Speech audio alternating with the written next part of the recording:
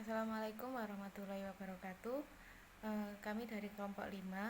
Dalam video ini kami akan menjelaskan peran MSDM dalam organisasi. Sebelumnya kelompok kami beranggotakan Riko Yugastara, Yusuf Wibisono, Novia Larasati, Elok Dian, dan saya sendiri Pinta Hijrah Aisyah.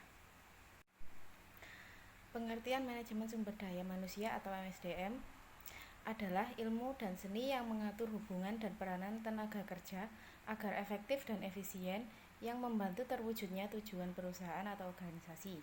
MSDM merupakan suatu bidang manajemen yang khusus mempelajari hubungan dan peranan manusia dalam organisasi. Manusia selalu berperan aktif dan dominan dalam setiap kegiatan organisasi, karena manusia menjadi perencana, pelaku, dan penentu terwujudnya tujuan organisasi. Tujuan tidak mungkin tercapai tanpa ada peran aktif dari karyawan. Pengertian organisasi. Organisasi adalah suatu sistem perserikatan formal dari dua orang atau lebih yang bekerja sama untuk mencapai suatu tujuan tertentu. Organisasi jika dilihat dari segi tujuannya dikenal organisasi perusahaan dan organisasi sosial. Organisasi perusahaan bertujuan untuk mendapatkan laba atau keuntungan yang sebesar-besarnya dengan prinsip kegiatannya ekonomis rasional. Sedangkan organisasi sosial bertujuan memberikan pelayanan yang prinsip kerjanya atau kegiatannya ialah pengabdian sosial. Peran MSDM organisasi. Sumber daya manusia merupakan aset organisasi yang sangat vital, karena itu peran dan fungsinya tidak bisa digantikan oleh sumber daya lainnya.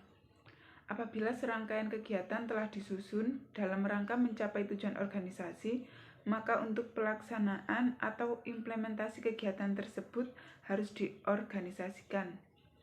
Organisasi sebagai alat untuk mencapai tujuan secara efektif, oleh sebab itu, dalam fungsi organisasi harus terlihat pembagian tugas dan tanggung jawab orang-orang atau karyawan yang akan melakukan kegiatan masing-masing.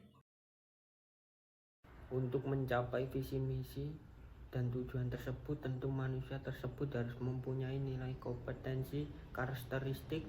Menurut Spencer 1993 ada 5 karakteristik kompetensi, yaitu 1. Motif, apa yang secara konsisten dipikirkan atau keinginan-keinginan yang menyebabkan melakukan tindakan, apa yang mendorong perilaku yang mengarah dan dipilih terhadap kegiatan atau tujuan tertentu.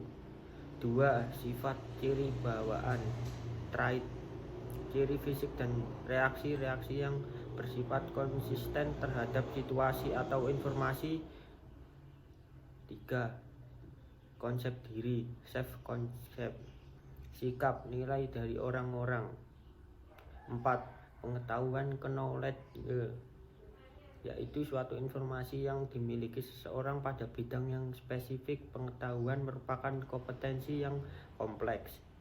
Biasanya tes pengetahuan mengukur kemampuan untuk memilih jawaban yang paling benar, tapi tidak bisa melihat apakah seseorang dapat melakukan pekerjaan berdasarkan pengetahuan yang dimiliki itu. 5. Keterampilan atau skill, kemampuan untuk mampu melaksanakan tugas-tugas fisik dan mental tertentu.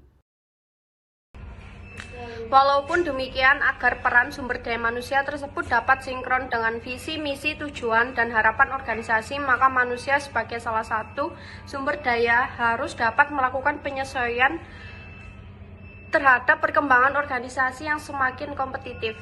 Banyak cara yang dapat dilakukan untuk mengantisipasi dan merespon perubahan tersebut. Menurut Tuj 2008, ada 4 strategi utama untuk melakukan perubahan, yaitu dengan melakukan yang pertama, pengendalian diri secara lebih baik dengan disertai kearifan. Yang kedua, beradaptasi dengan perubahan yang terjadi sambil mengubah paradigma berpikir dan bertindak. Yang ketiga, komunikasi yang efektif untuk membangun kepercayaan dan mengembangkan networking. Yang keempat, penyelarasan atau menyeimbangkan antara kematangan IQ, EQ, dan SQ. Dengan strategi tersebut, sekurang-kurangnya sumber daya manusia dalam organisasi akan melakukan upaya untuk menyesuaikan diri dengan tuntutan global yang cenderung bersifat tanpa batas. Terima kasih. Demikian dan penjelasan dari kelompok kami. Bila ada salah kata, mohon maaf. Wassalamualaikum warahmatullahi wabarakatuh.